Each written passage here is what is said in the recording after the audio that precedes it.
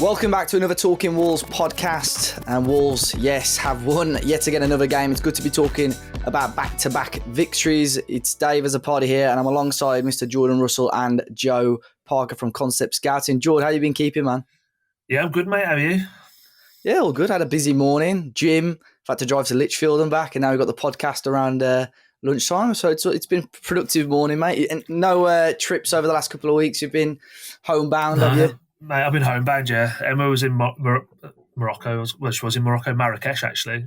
So she went away Wednesday to... Last night I picked her up from Birmingham Airport at like 12:30, I think it was, or something daft. So, yeah, I was on the dog duty, walking him, looking after him. So just been a weekend of sport. I meant to play golf, but the weather canned that yesterday. But ended up at 3 hours playing the virtual golf. And because the weather's been that bad... Actually, some of my mates got on Call of Duty, or have been on Call of Duty, and I downloaded it on Wednesday. And so it's still not downloaded yet, your Wi-Fi? No, I'm safe to say, mate, I'm fully addicted. Like literally, I don't know what. Man. I've gone back about 15 years, it feels like, but I've enjoyed myself, mate. To be honest with you, I've had the house to myself, playing Call of Duty. Makes you sound like a proper virgin, but I've enjoyed it. I don't know. Have we ever played Call of Duty, Joe? I don't know if we ever played Warzone. I don't think we did. Played a few games of FIFA, didn't we, back in the day? But yeah, you did say we were going to get a bit of a rush team together. But mate, I've been smashing the FIFA rival, EAFC, whatever it's called. I've been smashing it. So. Joe, how you been keeping anyway, man? All good, mate. Run up to Christmas, you know, it's like the usual the usual stress, but off this week. It's all good. Nice. Got a bit of scouting work to do this week. Was doing a bit the weekend, so all good. Yeah, I know. I've already got a couple of Christmas presents sorted. I'm prepared. I what you got, Black Friday. Well, no comment. Matt's not here. He's in Berlin, I think. He's on his travels. I'm sure he'll be back next week. But we've not really heard much off Matt over the weekend. You normally get comments from him about the matches. I asked him about a few away tickets. To be fair, I don't think I've done an away game this season so far. I asked him about some away tickets a few weeks ago. He goes, I'm not going until we start winning again. So I'm sure we might see Matt at an away ground near you soon anyway. But I think the Villa game actually scarred him. You know, he was in a deep pit of despair. Oh, he went Villa this year, didn't he? Yeah. Oh, he did. Went, sorry. Yeah. He's been more than me then this year. So that's my fault anyway. But it finished this weekend. Fulham 1, Wolves 4. A crazy result. I think a result when the lineup came out, not a lot of people expected Jord. And, you know, I saw, to be fair, there were rumours, and I think Gary O'Neill pretty much said it on Friday in regards to the availability of some of the players.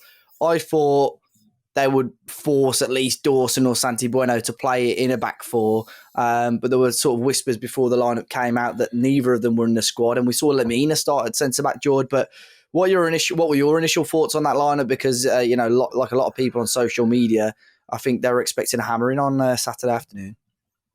Yeah, so I missed the last podcast, and I think I got a bit of flack about making a tweet about Southampton and the Southampton game about possession and all that sort of stuff. The thing was, though, it was at half time, it was true, and then because people are interacting with it come to like 9:30 at night, and you got people coming out from being in Hogshead or wherever all day going, you fucking moaning bastard, at least we won. I'm like, so I just got rid of it. But I watched that Southampton game, and yes, we won. And I thought Fulham were going to absolutely banjo us on the weekend. And I'm glad I'm wrong.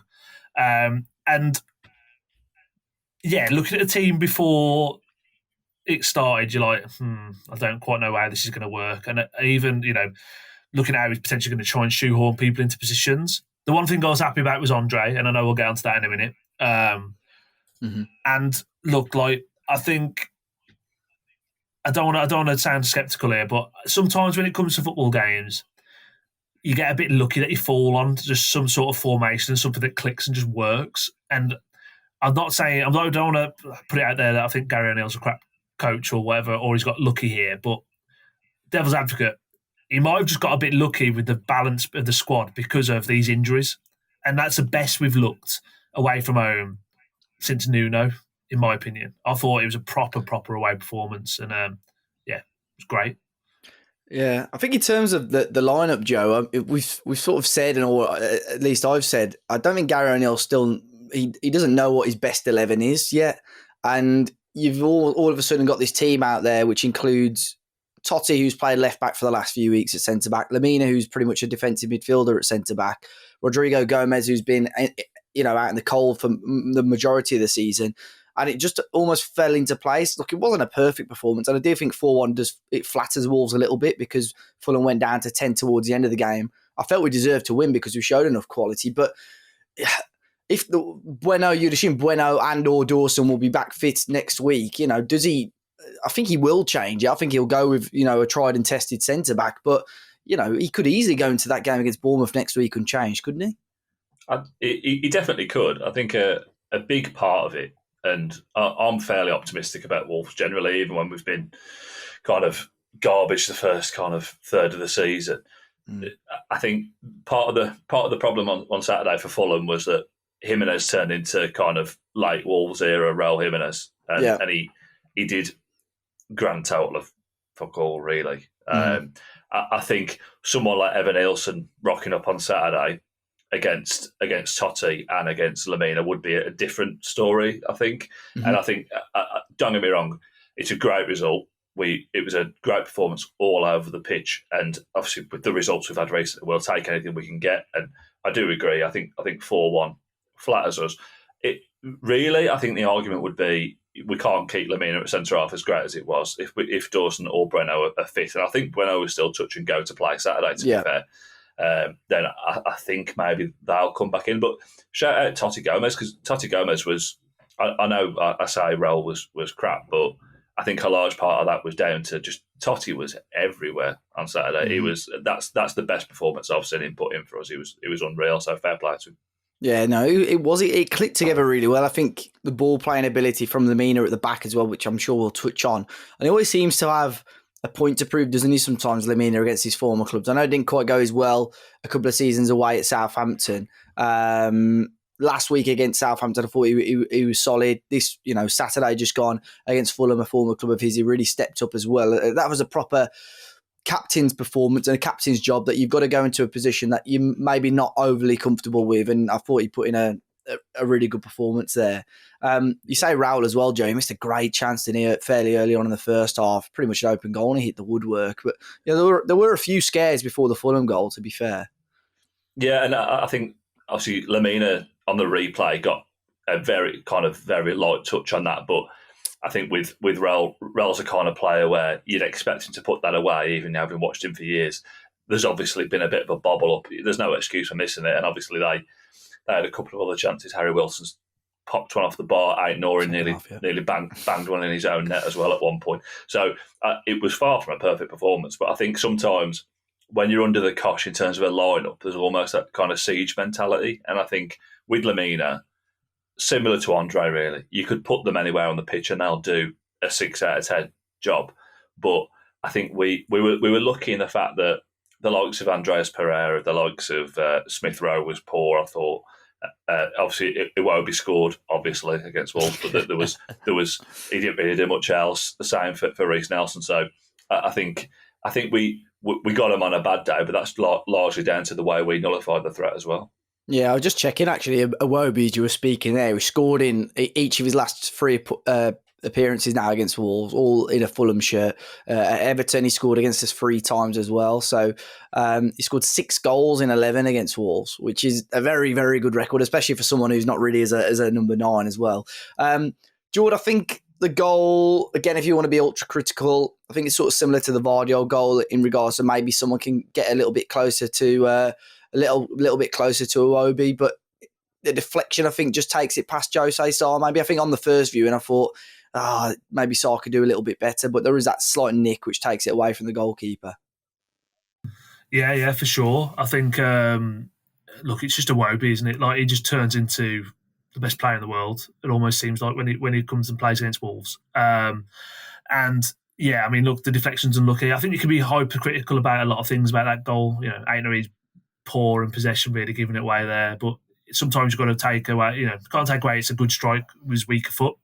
And the deflection just means it goes over Sarr and past Sarr, right? So it's it's just what I think. It was just one of those goals ultimately. It's just inevitable. Iwobi was going to score past us, so just move on. Yeah. And it's how you react from that perspective and move. Well, yeah, that Wolves did react very well, Joe, as well, because I think it's crucial. And goal scoring has not been a weakness of ours this season. I mean, you look at it, of course, we did score the 4 now, but we're on par with a number of teams. We've scored more goals than Villa. I think we scored maybe 1 less than Arsenal, I think, off the top of my head. In terms of goal scoring, that hasn't been a problem for us. And it was crucial that Wolves got themselves back in the game. And going back to what I said about Lamina, the quality of that ball forward from someone that, is playing centre-back for you is phenomenal. And I think I used a comparison on the review, and there's many people on social media have said it reminds them of a Neves type assist, and Neves and Jota against Everton, I think was one used against Leicester. He'd scored a very similar goal, but the quality of Cunha to be able to bring that down and still have delicately, lift it over the goalkeeper to get us back in the game. Phenomenal goal and good timing for Wolves as well. I think it's an unbelievable ball first up from Lamina. I think he put something on Instagram that was around kind of, it's like a quarterback pass kind of inside the lines. It's unbelievable, but I think just as good as the pass and the finish, that first touch where Cunha just lifts it onto himself just to bring it down, it's something you can't coach or teach. Gary O'Neill rightly talks a lot about how much better he is off the ball now, which is fair. But something like that, if you've got a player on the pitch who can do that, then it sounds odd that we've scored so many goals, but when you think about the players that we've got on the pitch, it shouldn't really be a surprise, because the creative players in the final third, I'm sure we'll come on to Rodrigo Gomez, and I thought Bellegarde was much better second half than he was in the first, but there are a lot of really good technical offensive players there, and Strand Larsen I thought he's copped a little bit of flack actually, but I thought he was brilliant in a lot of different ways. It's a selfless job for the team on Saturday, so I think that's the thing with Lamina. He's got a little bit more room. We saw it with Cody, didn't we, for years? He's got that little bit of room to drop and put a ball over the top. Then it's almost as dangerous as him being in midfield, because he's got more time to think about it. So it was a great ball. Yeah, definitely. And I mean, we'll talk more about individual performances later. You mentioned a couple of players there. But second half, it was pretty much the Matheus Cunha show. Jord, we saw obviously the goal in the first half. Brilliant timing again. Not too long after half time, I was sort of on my way back from work at this point, and I just walked in as that goal had gone in. But the goal was brilliant by João Gomes. But again, another brilliant ball through from Matheus Cunha. Yeah, it was. I think you can wax lyrical about Cunha at the moment. I think he's one of, if not the informed player in the Premier League right now, outside of Mohamed Salah, probably. I think you'd argue for. Yeah, I mean, the weight of the pass to Gomez for that second goal was underrated. I mean, he's getting talked about enough, and the vision of that. He's a fine footballer, and it was I'm glad to see João Gomez get on the score sheet as well, because again I thought him and Andre especially were unbelievable in the middle of that pitch. I think let's say whether it's fortune, luck, or whatever, I think we've actually found like a proper balance in there now. It'll be interesting to see what we do moving forward. Yeah, I think that the ball from Cunha as well, it like when you watch it back, because it's almost like a reverse pass, and the momentum of the Fulham players, they're almost running away from the pass anyway. And then, like I said, João Gomez again with a goal, because he scored just a couple of weeks ago against Palace. He scored both goals, actually, I think, in our last away win as well, which was Spurs earlier on this year. But it's nice that the midfielders, that Wolves are scoring a number of goals, and yes, a high percentage of them are coming through Cunha, whether it's him scoring or assisting. But when you got your deeper midfielders getting on the score sheet as well, that's always a bonus. And Joe, when Wolves had held on to that lead and looked fairly comfortable, I think you mentioned earlier on, Fulham had the odd half chance here and there, but sometimes it takes a little bit of quality to kill off a game, and that's exactly what we saw. Fulham had gone down to 10 men at this point because they made all 5 changes and Anderson had gone off injured. And you told me before the game that, Wolves fans think we've got centre-back problems. I think Fulham have, in terms of numbers, are even worse off than Wolves. So he came off injured. But the quality of the finish, once again, by Matheus Cunha, a little ball through, and the way he kills that ball, loops it over Leno, and that's a goal good enough to win a match on its own, isn't it, really? Yeah, it is. And we talk about Fulham centre-backs. In fairness, if they did have a spare sub, they'd have brought Issa Diop on, so it could have been 6 or 7. I think that in the attacking third, there's so many individual pieces of brilliance all the way through the game. I know even when you talk then about when we come on to the fourth goal, there's just constantly kind of good patterns of play going forward, and that I know I've slagged Gary O'Neill off quite a bit, and I will continue to where it's necessary. I think, but I think that those attacking patterns of play that we create, I've not seen much better from many teams in this league this season. I think even that the better teams in the league, you watch Man City, you watch Arsenal and Liverpool. I'm not saying we're anywhere near as good as them. We're not, but and the league table proves that. But when you look at some of the technical players we've got, Bellegarde, Aït-Nouri, Joe Gomez working in triangles. Just whenever you're talking about the way we play, there's kind of three players involved at any given time. We're always playing in triangles. So I think, the finish from Cunha is like, it's almost like as soon as you saw him pick the ball up, I had that feeling that's going to end up in the top corner. You're that certain of it with him. You know, I think there was someone had a chance on Saturday, I think, at some point. Or it might have been another game I was watching, and it was Salah. Salah got in behind like yesterday against Southampton and just shanked it over the top. And it's like you never get the impression with Cunha that he's going to do that. He's just we could go on about him all day. You know, it's concerning that we won't get to see him for the next 3, 4, 5 years, but we need to make the most of him while we can.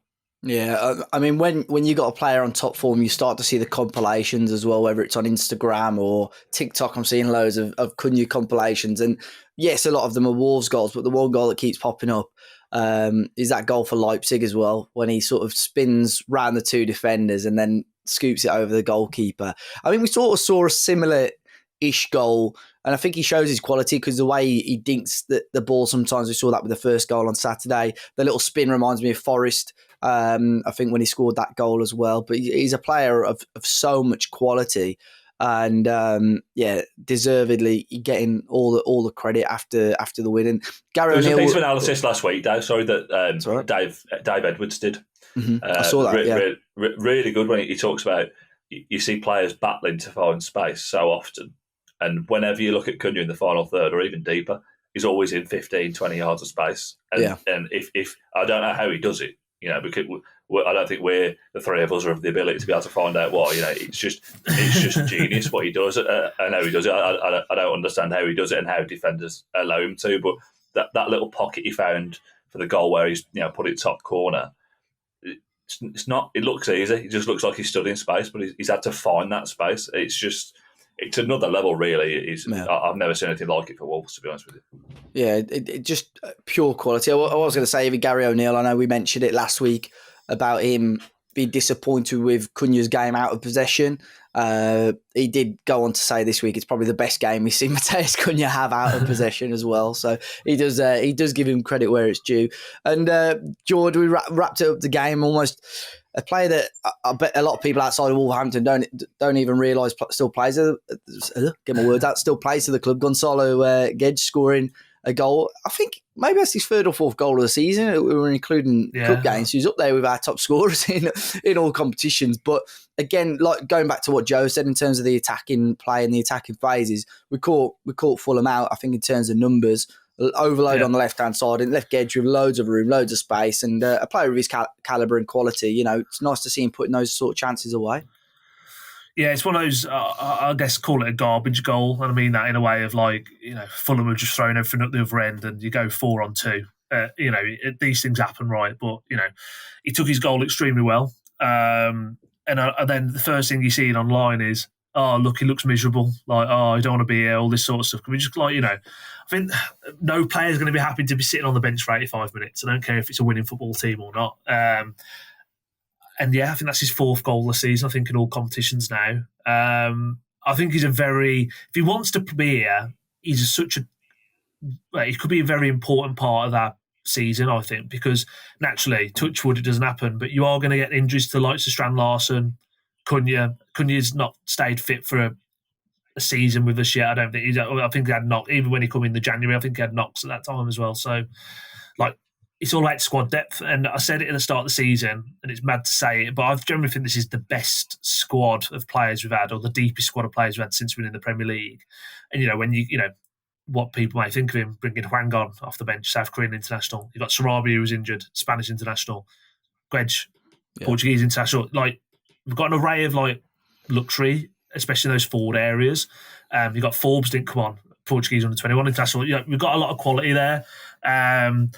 So, yeah, I think when it comes to Gedge, I think just get over the fact of, he didn't look happy or whatever. I just think that might just be his demeanour. And, he's still here.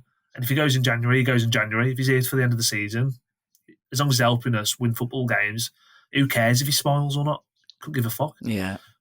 Yeah, that was a post I was going to bring up. People saying disappointed. And, at that point, yes, you could say 4-1. There's no real reason for him to go over the top with his celebrations or anything like that. But, Joe, I'm just looking at it now. He has scored 4 goals. 3 of those have come in the Carabao Cup, where he scored twice in the 2-0 win over Burnley. Scored in the 3-2 defeat against Brighton, where he started both games. This season, he's had no longer really than 28 minutes on a pitch in the Premier League, which was the Palace game where he picked up an assist. Scored, obviously, the 4th on Saturday. People are clamouring for him to start, Joe, or at least get more opportunities. But I think at the moment, unless you start him against Strand Larsen, who we'll talk about again in a minute, I don't really see where else there's a place for him in the team right now. No, I think with Gedge, I think with these 5 games that we've got coming up over the kind of Christmas period, then I can see there being a game that maybe Gedge comes in and starts, where we're playing so regularly. Strand Larsen is kind of, Gary O'Neill's already mentioned that he's kind of not maybe as fit as he should be. So maybe there'll be an opportunity for him to come in and start. So I think it'd be good to see him. I think he's a good player. I couldn't care less whether he wants to be here or not. I think as long as he's pulling on the shirt and he's busting a gut, which you can talk about the celebration as much as you want. I don't think it really matters. If you watch him in the build up to the goal, he's breaking his neck to get forward. So who cares if he's celebrating or not? As soon as the ball's in the net, he can do whatever he wants, as far as I'm concerned. Yeah, it's I say it many times. I say it on the previews. I say it on other podcasts. I think it's almost a good headache for Gary O'Neill to go. He's got quality in all positions. Like Jord said earlier, we've got internationals, whether they're not even getting minutes or injured at the moment. Forbes is an interesting one, Joe. I'll come back to you on this because he didn't get a chance. I thought maybe he could get a little run out, stretch his legs for the last sort of 5 or 10 minutes. But he didn't get his chance again. What do you think's going on there? Of course, there's thoughts that, if he plays a certain amount of games, maybe or starts a certain amount of games at least, Wolves have got to pull the trigger. But he's not really getting huge opportunities at the moment, is he, under Gary O'Neill?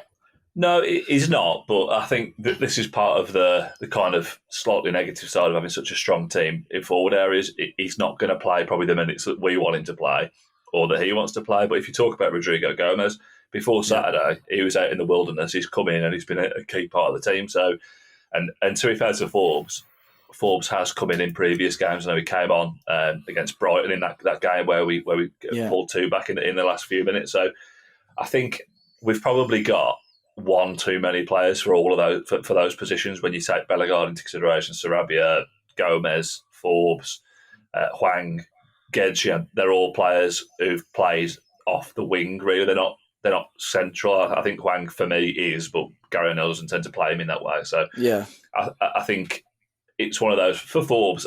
I've been probably over the top with my praise of him since he came in. I'm a big fan of him. He's going to be a great player, and I think we need to do what we can to integrate him into the team. But at the same time, I can see why Doherty came on Saturday completely. I think given the where we were in the game, do we need is that the time for Carlos Forbes? Probably not. So yeah. I think hopefully he can understand that. I don't think he seems like a pretty decent bloke. He seems like he's got his head screwed on. So I think the one thing that we need at Gary O'Neill in this scenario, which he's maybe proven himself not to be particularly good at in the past, is where players are on the fringes. He's got to manage them as such. Yeah. We've lost players in the past that we could have done with last season, that we let him go because they weren't getting games. Whereas now, this I think Jord raised it earlier, and I remember saying it in the summer, this is the most balanced this squad has been since we got promoted, as far as I'm concerned, in terms of depth. I think other than a left back for support, even though Gary O'Neill seems to think Totti's our first choice left back, which I'm sure we'll come on to. I think there's a load of depth all over the side, and I'm sure we can talk about centre back. We can talk about how we've got 4 injuries to centre halves. We can't really be blaming anybody for that other than just pure bad luck. That's not Gary O'Neill's fault. That's not Fosun's fault. We've got enough centre backs to be playing at this level. I'm frustrated. I spent 3 days scouting new centre backs, and Mario Lemina turned out to be Franz Beckenbauer. It is what it is. But yeah, on Forbes, I think there's plenty of time for him. And similarly with Gwedge, over Christmas, all these games coming up, I think there'll be plenty of minutes for plenty of people. Yeah, especially I think with Strand Larsen, Gary O'Neill's made no secret about his sort of stamina throughout games, I suppose, and being at his sharpness to be able to produce top end performances throughout the full 90. I noticed that against Fulham. I thought he got himself about Strand Larsen. He was unlucky. There was one half chance where Aït-Nouri, if he squares it, it's an open goal. He just didn't quite connect with the cross enough in the second half. Yeah. And I think from 70 minutes onwards, that's where you could see Strand Larsen struggling a little bit. And I think that's what Gary O'Neill had said previously, to be fair. But you're right, there's going to be plenty of chances. And Jord, going back to what Joe said about the centre halves, I think that was one of the big sort of talking boards. I had DMs after that team came out on Saturday saying, he's got to go if we lose today. That team's atrocious. And we had a quick messaging in the group chat saying, you've got including Bastien Moypugh, you've got Jason Mosquera, Dawson and Santi Bueno. You've got 4 centre-halves out, injured there. Yeah. If you're going to point the blame at someone, I think it's very unlucky to start with. If you're going to point the blame at someone, surely it's not Gary O'Neill in that instance, is it? No, and I think, look, the only reason why people are clamouring and looking for blame at the moment is our position on the table and the results we've had prior to Fulham. Where we're in a desperate situation. We need to win football games. We've won 2 on a bounce now, but people are still angry, frustrated at a lot of things. And I think that, I'm just trying to think of an analogy here, but, it was the paintwork at Molineux. It was, it's probably there's not enough car parking spaces. Mr. Sizzle's no longer outside the ground. That'd all be Fosun's fault at the moment. People have just got a lot of frustration around Fosun because ultimately we love our football club and our football team, and again, it's been spoken about here a lot. I think Fosun have slightly withdrawn over the last few years, and they want to become self-sufficient. And I've got no issue with that. But then, when we're not winning football games on the pitch, everyone's going, "Oh, well, they're fucking investing in all this esports shit and all this," and that's just what's going on. So the fact that there was only one fit centre half on the weekend, it was just easy to beat Fosun with a shitty stick on that perspective. But ultimately, context is any club with 4 centre halves out would look very threadbare. It's just the way it was. Fortunately, like Joe's alluded to and touched on already, you put Lemina back there and he looked like Beckenbauer. So it's I'm really interested with what will happen against Bournemouth, because I think it's hard to change a winning team, especially when you win by that amount, that sort of margin. Fortunate or not, in terms of that first 20 minutes with Raul scoring, I'm interested to see what Gary O'Neill does on the weekend, because I don't know how you can leave a Bueno and Dawson out, or Dawson, let's be honest. But I'll just go back to that balance midfield. Like we've seen it. Like we've seen that the 3 of them together, when I'm talking about Lemina, Gomez and Andre, it just doesn't work. So what do you do? And again, for me, I've said it all season. Andre and Joe Gomez is the 2 I'd play with, because they played with each other at Fluminense. They know each other. They'd have played at Brazilian youth team level. I'd have thought maybe not on that front, but them 2 in the midfield. I know you can talk about Pereira looking quiet, Smith Rowe looking quiet. I think it was down to them 2 in midfield. I think we suffocated them. We controlled that midfield, and that's why we won by such a margin in the end. So I'm not advocating Lemina gets dropped, but I think those 2 have to start in the middle of the park. It'll be interesting. I'll point out as well, Jord, before someone will definitely pull you up on it. João Gomez was at Flamengo, so a different team to Andre, just because I know someone will probably pull you up on it. But they would have played together in Brazil anyway. If any Brazilians cop hold of this, George, you're going to be having death threats. They're both begin with an F, and look, it's a mistake there. But sorry, I apologise to anyone that's going to pull me out on that. Apologies, but they're both Brazilian anyway. I got that bit right. 1 for 2. Yeah. No, but it's true though, Joe, because in terms of the quality that we've got, and it's again going back to choices for Gary O'Neill to make. I think whoever's dropped, if anyone, on Saturday ahead of Bournemouth is going to feel a little bit hard done by. I mean, Rodrigo Gomez is another player who had a slow start, which you would expect for someone that's not really been in the first team frame, but really, cracked on in the second half. It was a really top performance from him in terms of, the work rate that we saw. And that's something that was one of his main attributes that we were sort of sold throughout the summer anyway. Yeah, I think you're quite right to say he started slowly because he has in terms of minutes, but that performance yesterday, on Saturday, was very similar to his performance against Arsenal, first game of the season. I think you get what you get what's on the tin with him, and I think he's poor for the goal for their goal because he just needs to either get rid of the ball or do something better with it rather than letting Jimenez get it back. But those things are going to happen when you've got younger players playing in defensive areas. Yeah. And he's played in defensive areas before, but you can tell his strength is getting forward and he'll run all day. And I think that a team like this that Gary O'Neill, with the style that he plays, it's got to have high work rate, energetic players. He's called out Strand Larsen already.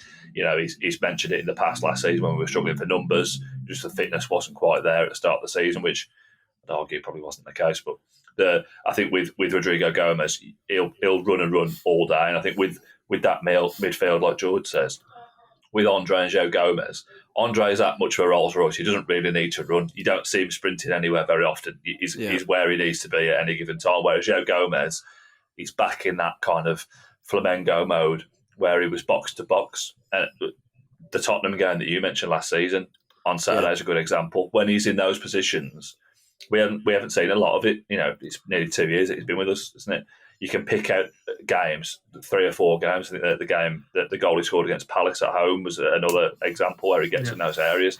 He's very good in those areas, and I think now we're using him in that way.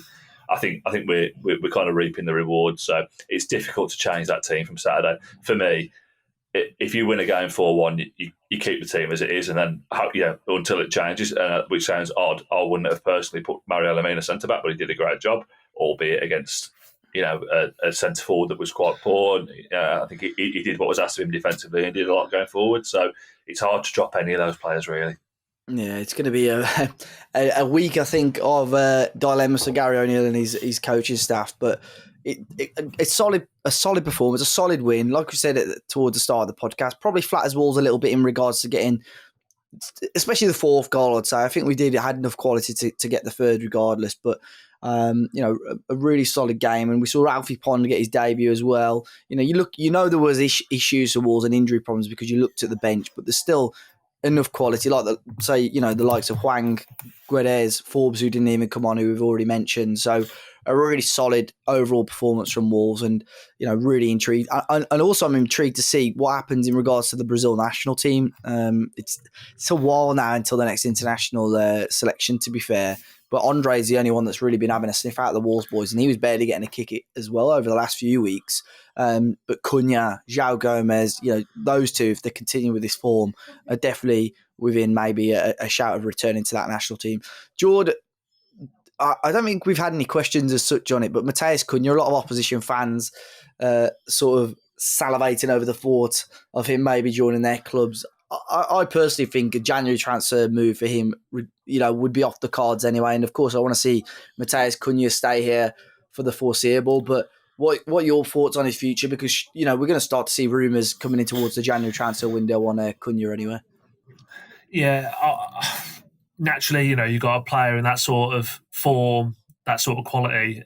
Big clubs are going to be interested and stiffed around him, right? And I think I sort of get now why. Watching him, I almost get now why it didn't quite work out from Atletico Madrid, because he definitely isn't a Simeone player or type of player. And I think there's a few people that have gone there and haven't succeeded, right? So I think, there was rival fans sort of highlighting that we spent 50 million quid on someone who couldn't get in the Atletico Madrid team, like he's going to be a flop. Eggs on the face now, to put politely. He's a Fulham fan as well, by the way, Jord. Well, he's a Fulham fan. Yeah. I don't want to give him any more fucking. I can't even talk about bringing him up. If someone's got that opinion on a footballer, as good as Mateus Cunha, they shouldn't be talking about football. They should go and talk about netball or backgammon or something shit like that. Look, I think he gets in. I think he gets in. I genuinely think he gets in every team in the Premier League. Cunha. I mean that wholeheartedly. Yeah. Like, I think, you think about Man City. He'd definitely play for Man City after the moment. Arsenal, he's better than anything they've got off the left at the moment. Liverpool is debatable in terms of, you got Diaz, you got Gakpo, you got those sort of players there. Jota as well. I think he gets in at Liverpool as well, though. I'd take him over right now. He absolutely would. Yeah, on form. Yeah. On form, yeah. I think you'd be hard to say he wouldn't get in. I was chatting with I was chatting with a Liverpool fan earlier, Jord, and that he was saying that he'd take Diaz and Jota ahead of Cunha right now. Bearing in mind, right now, wow. Even right now. So to me, having someone who loves Diogo Jota, Cunha gets in 99% of teams in world football. There's not many teams in world football who doesn't get in, not just the Premier League. I agree. And when he's on this sort of form, the thing is, though, like, you'll see people on Twitter, though, now, and social media, because it's just the way it is.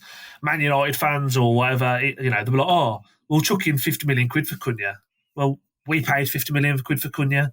So it's, you need to spend 80 minimum. And no one's going to do that in January. No one will do that in January. I'd be shocked if anyone did that in January.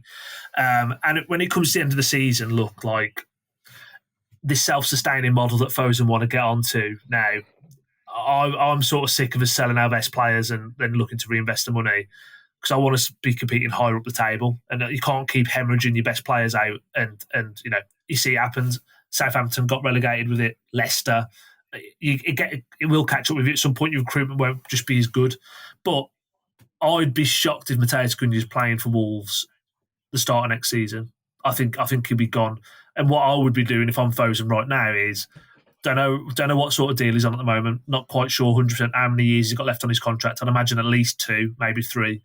I'd go and give him a big contract now with a release clause in. Protect your best asset. And if someone wants to come and nab him off us, you've got to overpay to get him.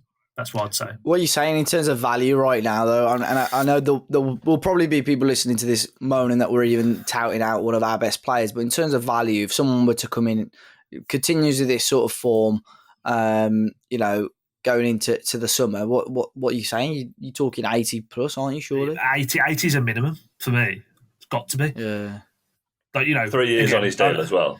Is it? Yeah, it's 80. It's got to be 80. There you go. So it's like, it's got to be. We're in no pressure, or we don't need to sell. If you want to get him, you've got to pay over the odds, like I say, because we need to then reinvest that money.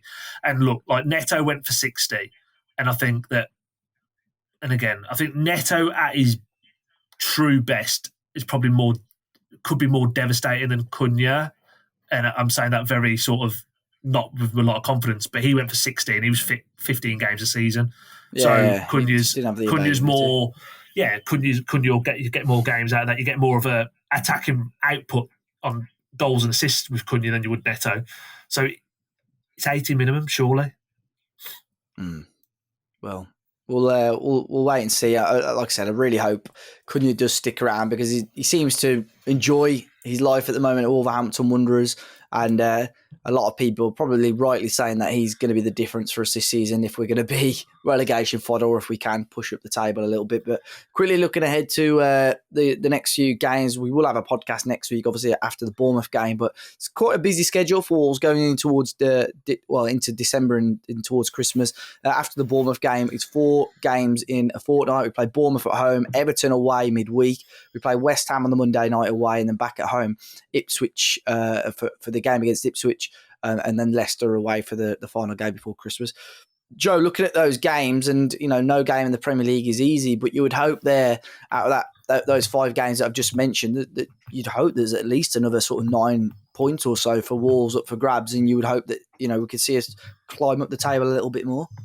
Yeah, I think that we're in that position now, given the first kind of 9 or 10 games of the season. Well, 8 or 9 games that we need to be picking up at least 3 wins. I think we need to get 3 wins, and we need to remain unbeaten in that run of games.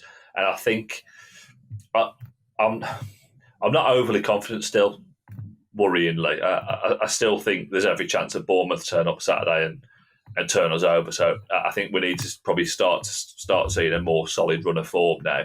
And if we do, then happy days. It's just we need to be kind of picking up points. If we can go through that run unbeaten and win at least a couple of them, then I think we'll be heading in the right direction. I still don't think we're going to go down either way, but we want to pick something up out of the season, don't we? And I think to finish 16th or 17th isn't where we want to be. So I think that the issue we're going to have is after Christmas we kind of run back into that run of games that we had at the start of the season, and that scares me already looking at the fixture list for kind of January, February time. So we need to be winning games now, don't we? Yeah, no, definitely. I mean, you look at those games. It's nice between now and Christmas. They're like fixtures that you would say are favourable, but even after Christmas, Boxing Day, United at home, Spurs away just before the new year. Then you got Forest, Newcastle, Chelsea, Arsenal. It does get tough again. So I think these ones are, Gary O'Neill's got himself in a much better position now, compared to where we were a couple of weeks ago. But these are real crucial fixtures because, he needs to still be picking up points. And, with the quality of players that we've got and the level of performance that we have put in, or we did put in on Saturday, there's every chance that we can really creep up the table now. I mentioned Leicester there, lads, very slight tangent. Thoughts on Steve Cooper getting sacked, Jord? I was surprised at this, to be fair. Yeah, I wasn't so surprised when I heard he was in Berlin all weekend. But yeah, no, it's weird, right? I think I quite like Steve Cooper as a boss. I mean, he does moan a lot about his refereeing decisions and all that sort of shite. And I think that the problem is that Leicester have done the thing that most clubs do and almost look for the best name out there at the time when they're trying to recruit. And I think Potter would maybe turn them down. But they've basically gone from Maresca football to Steve Cooper football, and the players, got them up. Whether the Leicester fans liked how Maresca was last year, it got them up. It served a purpose. It was a style. And then Cooper's gone in there and gone, we're going to be pragmatic. We're going to do this. And it's just obviously just not worked right. And I think, saw the videos that have been surfacing online this morning where they've been in Copenhagen for their Christmas party, the Leicester players. Connor Cody's at the front of it. They're in they've got champagne spray and all this stuff, and they're holding up a sign saying, "We miss you, we're at Enzo" or something. So it shows that the players are So it shows that where the players were. And I think Percy did an article I had a quick read of when I was doing a bit of other work this morning. That basically said that I think he'd banned Vestergaard out the training ground. The chairman had gone into the dressing room after the Chelsea game, and senior players were saying his tactics are shit. We don't like this, basically, in a nutshell. And I think it says two things. If you're running a football club based on what your players are telling you, that's going to be problematic in the long term because that's your player power, and you can't have that. But it just shows obviously wasn't a great fit. And I don't think Leicester fans ever got behind Steve Cooper just because of his Forest connections. Well. Yeah. So it's just, I heard a stat, I heard a stat of the weekend. I've seen this one. Steve Cooper, as a Premier League manager, including Forest, has won at 4 stadiums, including his own. Yeah. Which, I thought he did all okay at Forest. I think given the challenges that he had, but it's like us taking on an ex-Albion manager, isn't it? The fuse is going to be a lot shorter. But if you look at their squad, that squad is racked. If you look at that compared to even Ipswich's squad, looking at their team yesterday, they're miles behind. And he's got players like Mavadidi sat on the bench, and he's lost for Tarwu now, so he's injured. I think he played Casey McAteer on Saturday. They got fucking Wout Fass at centre back, so that's going to be a problem immediately. It's that I still think if they get the right manager in, they can still cause a bit of a threat.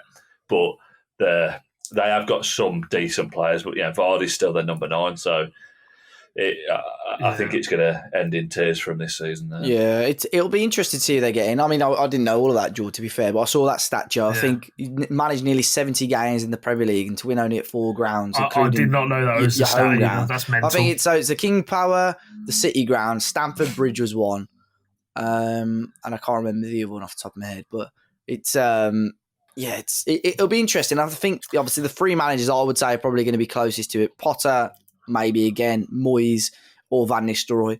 And I just wouldn't be overly convinced with Van Nistelrooy right now. I think it's too much of a risk, especially when you're a team that's Van Nistelrooy's in talks with Hamburg. I read this morning. Yeah, he used to play for them as well, didn't he? He did. Yeah. He was like Raphael van der Vaart that period, wasn't he? He was, I think that's a good move for him. Yeah, I do. Yeah. So, I thought interesting, and hopefully whoever they get in, their new manager bounce has gone by just about when we play them just before Christmas. I'm not sure Potter will take it either. I was thinking about this. Either. If he's still getting his compensation and he's got to cut that short to go to Leicester, and more than likely, even if he does a good job, still get relegated, I think he's going to be looking, rightly or wrongly, he's going to be looking up the table, isn't he? Not down. Yeah. Well, he's a project manager as well, and it depends if he's got the funds and the backing to be, and the time as well. But going back to what you said, Jord, I listened very briefly on the radio yesterday, and there was a Leicester fan basically saying what you said was so negative in the press. Would never take the blame for himself. He'd always pass it on to players or the referee. So, things. Yeah, I actually watched the game against Chelsea. Start some sort of domino effect. Yeah, sorry, I was going to say, I watched them play Chelsea, and not to turn this into a talking Leicester podcast, but that first half, I've never seen a team in the Premier League be so passive. They were just scared tactics, and I've been critical of Gary O'Neill at times and sort of our approach to outset of games, but it was really timid. It was cowardly football, if you ask me. So I'm not surprised he's gone.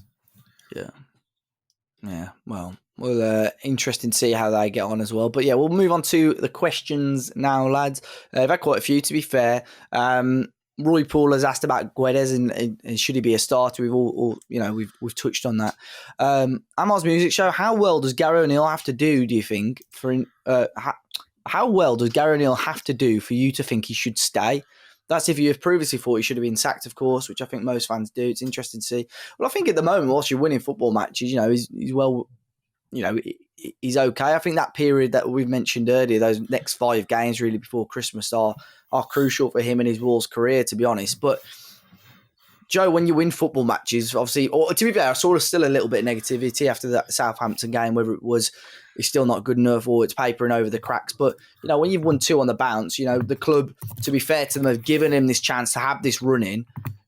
Of course, it's going to be quiet, really. And you hopefully, come the new year or come February, we're going to be like, why were we even concerned? I think it's one of those situations, isn't it? I've seen a lot of people on social media that, the few people who were still backing Gary O'Neill are kind of enjoying the fact that now we've won a game, and rightly so, as we should. We should be loving the fact that we've won a game. But I think for where it's not about now. Can Gary O'Neill win enough games this season to keep us up? Probably, yeah. Should do. And I think the fact that the players are behind him, which they obviously are, is a big thing. So it doesn't really matter what we think. We can sit here all day and talk about it, which doesn't sound good on a podcast. But the players, if the players are playing for him, then that's fine by me. I think the problem lies in the fact that when we do come up against any kind of negative, whether it's a result or a performance or anything like that, he does tend to not necessarily lose the plot, but he does tend to kind of like throw his toys out his pram in various directions. So maybe now he's taken stock, and he does seem a little bit more reserved in his interviews now, which is good. Besides the fact that he's talking about going to see Pep Guardiola the other day, which I found out. I saw that. I think that you can, from a fan's perspective, if you're winning games, which the last 2 games we are, and we're unbeaten in 4, then yeah, by all means, he's got to stay now, hasn't he? You can't sack him now. It's just, that squad, I will die on this hill. That squad is good to finish in 10th, 12th. Quite, I would say when we're fit, I think it's a good enough team to be doing fairly well in this league. And when you compare it to some of the teams that are significantly higher than us in the table, so you can't sack him now, obviously. And if we lose on Saturday, that's not me saying if we lose on Saturday then sack him. He's got a bit of credit back in the bank now, and the players are behind him. So you've got to give him this run of games now. And I think we all said that earlier in the season. If you can get, if he's still here, you can't sack him now. He's got to stay and get some points out of these games that are coming up. Yeah, no, definitely. I think Pep Guardiola just wants to see him so Gary can tell him how to win a game, because City are struggling a little bit at the moment, aren't they? So, good question from Dave at Let's Digit on Twitter. We've scored some good goals this month, but which one gets your goal of the month? So in regards to November, We've seen the 2-2 draw against Palace, the 2-0 win against Southampton, and obviously Saturday's win against Fulham. 8 goals there to pick from, lads. For me, I think the goal against Southampton is brilliant. Cunha's, obviously. I did enjoy his long-range goal against Fulham as well. But I think in terms of pure, I don't know, probably edge towards the goal against Southampton for Cunha. Jord, I'm not sure about you. I'd go for the one. I'd go for his second goal at Fulham, to be honest, I think. Yeah. Well, then again, the first one's good as well, isn't it? It's tough, I think all of his goals the second great. one's more is sort of it's there and he's hit it. Same with the Southampton one. I mean, his technique's like a joke. Let's be honest, it's just fucking technically unbelievable footballer. I'd go with the second one at Fulham because I started with that, but I think the first one might edge it, to be honest with you. Now I've said that, but I'll stick with the second one. Joe, what about you? I think, like Jord said, the quality of that first goal against Fulham was phenomenal. To be fair, as well. Yeah, it's even crazy that we're even having this conversation after last season. But from a Cunha perspective, the second one on Saturday, but I'm a big fan of that Joe Gomez goal was it against Southampton or against Palace? Against Palace. The build-up that was underrated. It was a good goal. So that would probably be my non-Cunha pick. Yeah, I mean, there's not many to choose from that are non-Cunha, to be fair. But Chris, Staff's Chris 85 on Twitter. What's worse, the current third strip or the Clouds one from a couple of years ago? I think Matt Cooper loved the Clouds one, didn't he? So I always used to see him wearing that one. But I think, to be fair, we're unbeaten, 100% record. The women's team have also won every single game in the purple strip, Joe. So, I mean, it could be a good luck charm at the moment. I'm going to put one out there. I like that purple strip. I'm not like, I'll never get overly bothered about kits, whether they're good or bad, because they're all marketing things, aren't they, at the end of the day? But that purple one, I think, is all right. Some of the awful shirts we've had in recent years, I quite like it. That being said, that Cloud shirt is gash. So the fact that Matt walks around wearing that does not surprise me at all. I think it speaks volumes when the purple shirt was 50% off on Saturday morning before the game kicked off. And I reckon they sold a fair few afterwards, to be fair. Yeah, I'll be honest with you, they may have sold one from someone in this seat. I'll be honest with you. There's at least one. Not for me, I will add. But I'm too old to be wearing. I'm too old to be wearing that. But yeah, it's. I think it's all right. I've got no massive problem with it. The only other person I've seen wearing it is Dazzling Dave before Saturday, and exactly. He knows the drill. If anybody knows Garms, mate, it's Dave. But I think the design of it is bang on, but the colours are just wrong for me. It's got the colours wrong on it. Like they're running out of colours now, though, aren't they? That's the problem. Yeah. I don't know what else. Just go for a fluorescent green, Paul Lambert days. Oh yeah. Bod Varson. Yeah, exactly. Jord, what do you think, actually? I know you're a man of fashion. Thanks, mate. Yeah. I don't know.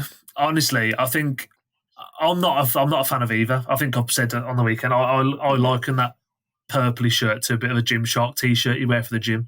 But the Cloud one was absolutely atrocious. So the purple one probably edges it. I think the purple one as well would be all right if the wolf head was white or even black, but it's like yeah, no, I agree. Orange. Yeah. That's my thing again. Yeah, for being picky, yeah, I don't think I'd buy it now. Yeah, not for me. Anyway. Somebody that we had mentioned earlier on in the show, but didn't really dive too deep into is Raul Jimenez. Had an amazing sort of tribute as such toward when he got substituted off and see Senor ringing out. You could hear that quite clearly as well from the ground. Great question. I've seen a few people talk about this online. Who would you currently pick, Cunha or peak Raul Jimenez, Joe? For me, I think you still got to side with Jimenez because he was just too good. But Cunha, not for me. You going Cunha? Not for me. Only because if you're looking at individuals, Cunha is doing things. Whilst I think we're really good going forward, he does things completely and entirely on his own. And there was a run where Raul did that. I remember that goal where he turned on a sixpence against Man United in the cup quarter final. Like that, there was definitely periods where he did that. But in terms of the kind of like to reminisce, obviously the period of how good we were when Raul was there, we were a better team then than we are now. But if you're talking about an individual, then we've just said Cunha gets in pretty much every team in world football right now. And I think Raul Jimenez, I think it was up there with, it was unbelievable. But for pure raw talent, Cunha's, I said this on Saturday, and surprisingly, most people agreed with me.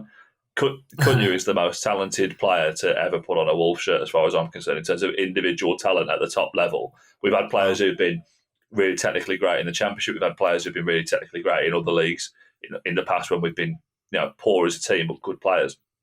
But definitely in this kind of Premier League run for the last, whatever it is, 7 years, he is the best, the most technically gifted player we've had in that period, and I would argue ever.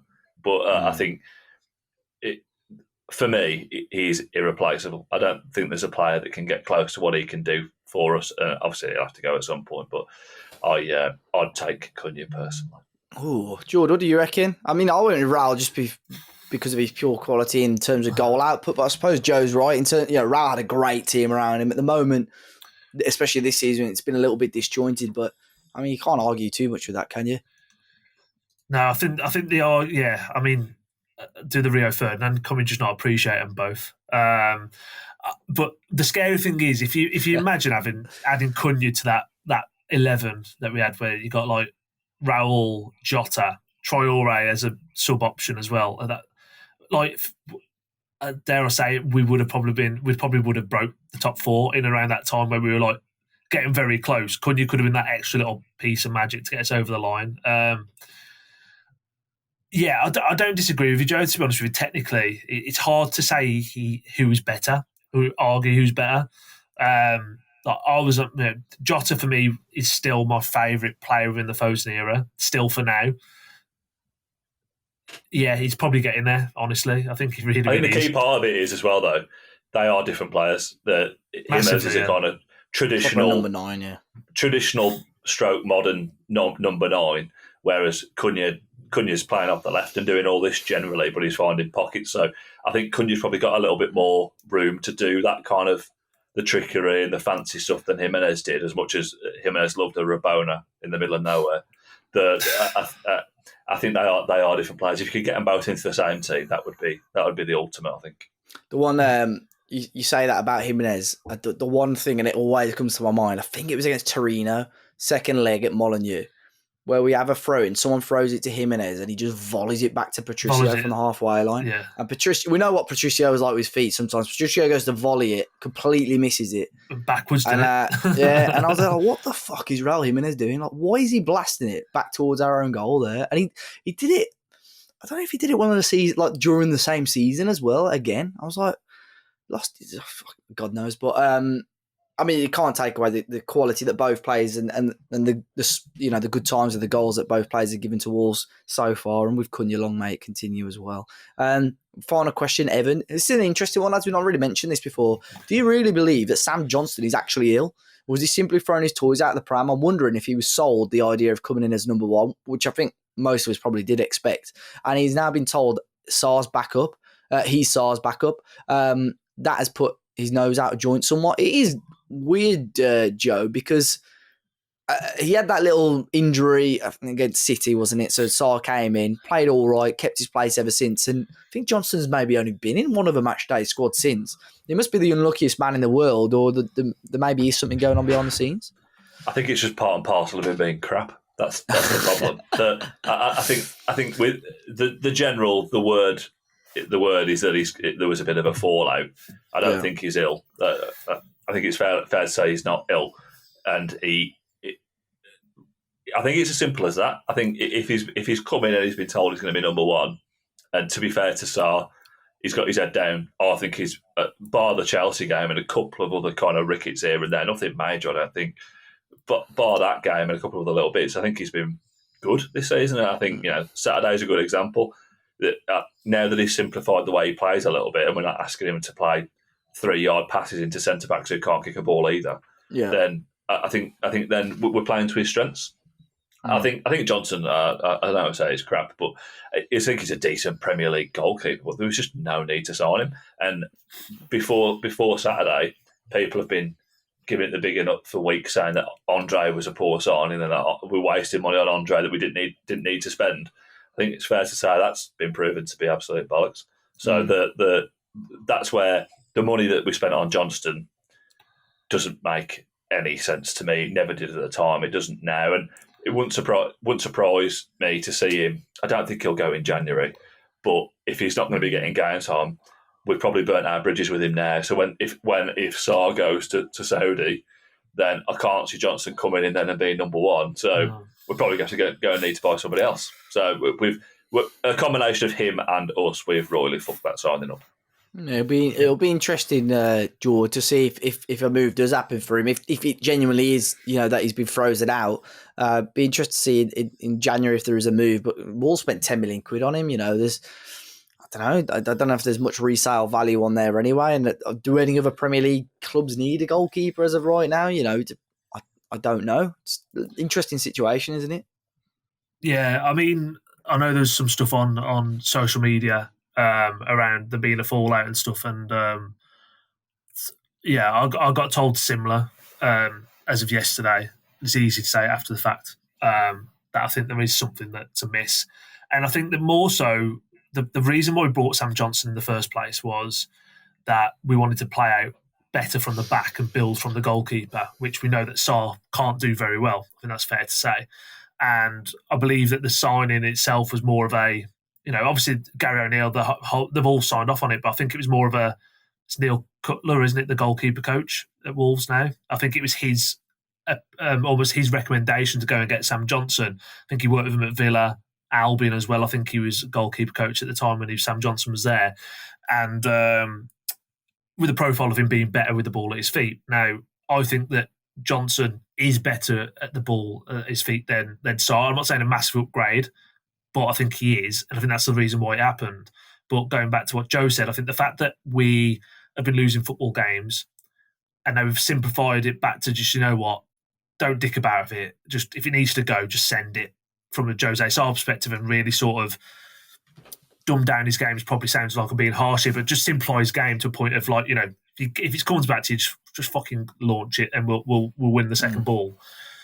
Sarr's more than competent enough to be able to do that. And I think that's why, when you talk about actually goalkeeping abilities, I think Sarr's a better goalkeeper than Sam Johnson. But I understand why they bought him. And I think that was on, like I say, I think it was, from what I've got told, more so on the recommendation of Neil Cutler. But we are where we are now. You spent 10 million quid on a goalkeeper who's come to be number one, who's now clearly number two. He even maybe number three. I think he's better goalie than Dan Bentley. But, there was that interview he did on was it Ben Foster's podcast? I remember seeing a clip of him saying, having two number ones is problematic at a football club. So he's left Crystal Palace, where there was arguably two number ones, to come to Wolves now, where there's still two number ones. And he's probably pissed off if I got told, look, you're going to come here, you're going to play football games, don't worry about it. Sarr's going to leave and you're going to be the clear number one, and then he doesn't leave and then you get dropped. Yeah. I think he'll end up leaving in January. I think he'll go out on loan somewhere. Not sure where, but I don't see him sticking around the football club. I think a big part of it, Jordan, the games that he came in and did play, I remember the Newcastle game, he was dog shit. His distribution, he's better than Sarr's, but his brain seems to run 60% slower, in the fact that when the ball runs into him, he knows what he wants to do, but everything just seemed quite slow. Yeah. And I think there's definitely been part of that. From an FFP perspective, if we could, I don't know what deal he's on, assume he's on a 4-year, 5-year deal. If we can sell him for a similar fee within a year of his contract, then from an FFP perspective, that's a blinder. So he's not. Let's be honest, he's not going to be our first choice goalkeeper next season. I'll be fairly confident of that. Yeah, being an interesting situation, very interesting situation. But appreciate all the questions for today's podcast, and appreciate you boys for jumping on as well. Before I forget, I did say I'd shout out. This is this T-shirt is the collab between Old Gold Pack and the Wolves Foundation. So there's Yam Yam on the front. It's got a really cool design and Molyneux on the back as well. So if I remember, I'll leave a link in the description. Obviously, for those people on YouTube watching, they can see it as well. But hashtag gifted. It is a hashtag gifted. Yeah. Joe, where can people find you and your stuff if they wish? At Concept Scouting on Twitter and Blue Sky now. Just posted on Blue Sky a little bit where I remember to.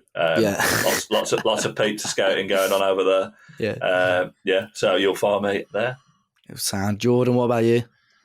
Yeah, I'm at Pizza Scout and at Jordan7. just on Twitter still at the moment. I'm not on Blue Sky. Yeah. I've not ventured personally onto Blue Sky, but Talking Walls is available everywhere, including Blue Sky now if you are over there as well, at Talking Walls on all the socials. Keep your eyes peeled. I'm working on a little Christmas type Talking Walls project. Hopefully that might be released in the next few days until Matt tells me to do one and doesn't help me with it, but we'll see. But I'm at Dave as a Party everywhere as well. And yeah, guys, thanks for tuning in once again. We'll be back next week. We'll have all the content pre-Bournemouth and post-Bournemouth as well coming out in the next 7 days or so. If you're watching on YouTube, be sure to hit the like button and subscribe to the channel as we head towards 18,000 subscribers. And if you're on Spotify or Apple, please do leave us a 5-star review. But until next time, guys, enjoy your week and up the Wolves.